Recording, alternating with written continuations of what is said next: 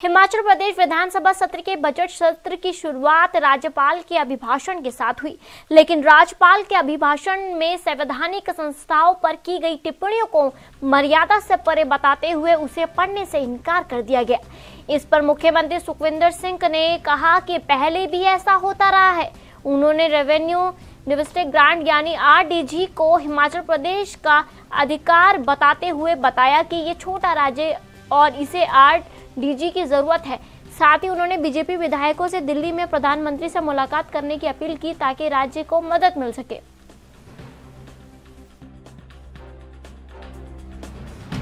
सदन पर चर्चा करिए और बाकी पर आने वाले समय में जो बात होगी उस पर बात कीजिए। ये बात उन्होंने कही और स्पष्ट कही 1 से 16 पर चर्चा करिए सदन में और बाकी पर चर्चा बाद में करिए। तो उनका कहना था कि पहले आप आरडीजी पर चर्चा कर लीजिए और बाद में मेरा जो मैंने पढ़ा उस पर भी चर्चा करिए। सर उन्होंने 3 से 16 तक जो टिप्पणी जनरल प्रेसिडेंट ये रहता है कि राज्यपाल अपना अभिभाषण पूरा पढ़ते हैं, लेकिन आज आखिर ऐसी क्या नहीं, ऐसा है। पीछे भी जयराम ठाकुर जी के समय भी कई बार गवर्नर एड्रेस को ले किया गया। एक बार हुआ सर, कल्याण 2 बार हुआ है। उन्होंने कहा कि पढ़ा हुआ समझा जाए, ये सब चीज़ें। तो क्या आपकी सरकार की उपलब्धियां नहीं रखी जानी चाहिए थी सदन में? नहीं, वो तो सरकार को भी पता चलता। हमारी सरकार की उपलब्धियां जो हैं तो जनता तक पहुंचनी चाहिए। हमारे सरकार का उद्देश्य ये है, जो योजनाएं धरातल पर पहुंचे और समाज के अंतिम व्यक्ति तक पहुंचे, वो समाज की और सरकार की उपलब्धियां होती हैं।